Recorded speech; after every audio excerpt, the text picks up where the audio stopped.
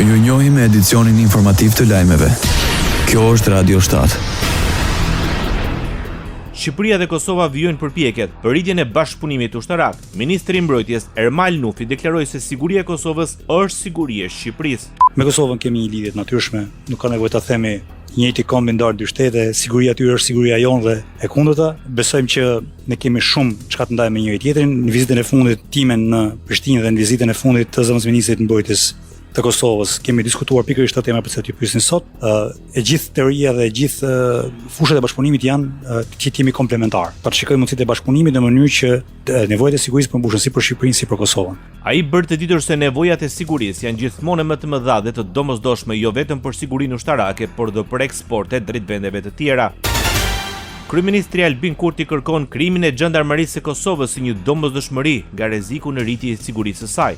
Gjandarmeria do të ketë një mandat të qartë, sigurimi i vijës kufitare, toksore, ujore dhe ajrore në tërë territorin e Republikës Kosovës, operacione kundër grupeve terroriste dhe të armatosura, përfshirë ato me karakter paraushtarak, parandalimi dhe luftimi i të gjitha llojeve të kontrabandës ndërkufitare, si me mallra e me migrant, menaxhimi i situatave të rrezikut të lartë, si dhe sigurimi i infrastrukturës kritike. Në një konferencë për mediat, shefi i qeverisë tha se sulmet e vazhdueshme gjatë viteve të fundit në veçanti në veriun e vendit ndaj institucioneve të Republikës, policisë, institucioneve të sigurisë qytetarëve, institucioneve dhe misioneve ndërkombëtare, sikurse lëndimi i policëve dhe qytetarëve, sulmet mbi ushtarët tek forit dhe gazetarët, sulmi terrorist në bajnë së Zveçanit dhe sulmi në Ibër Lepense të tjera, e kanë bërë të domosdoshme ngritjen e kësaj strukture.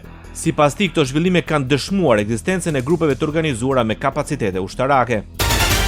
Ministri i Punëve të Brendshme Xhelal Zveçla njoftoi themelimin e grupit punues për analizimin dhe propozimin e modaliteteve për krimin e Gjandarmerisë me qëllim forcimin e vijës kufitare, mbrojtjen e integritetit territorial dhe sovranitetit, si dhe reagimin e shpejtë ndaj kërcënimeve të nivelit të lartë. Në një konferencë për media, Zveçla tha se grupi i punës po analizon aspektet ligjore, financiare dhe operacionale për themelimin e Gjandarmerisë si agjenci ekzekutive në kuadër të Ministrisë së Punëve të Brendshme përmes një ligji të veçantë.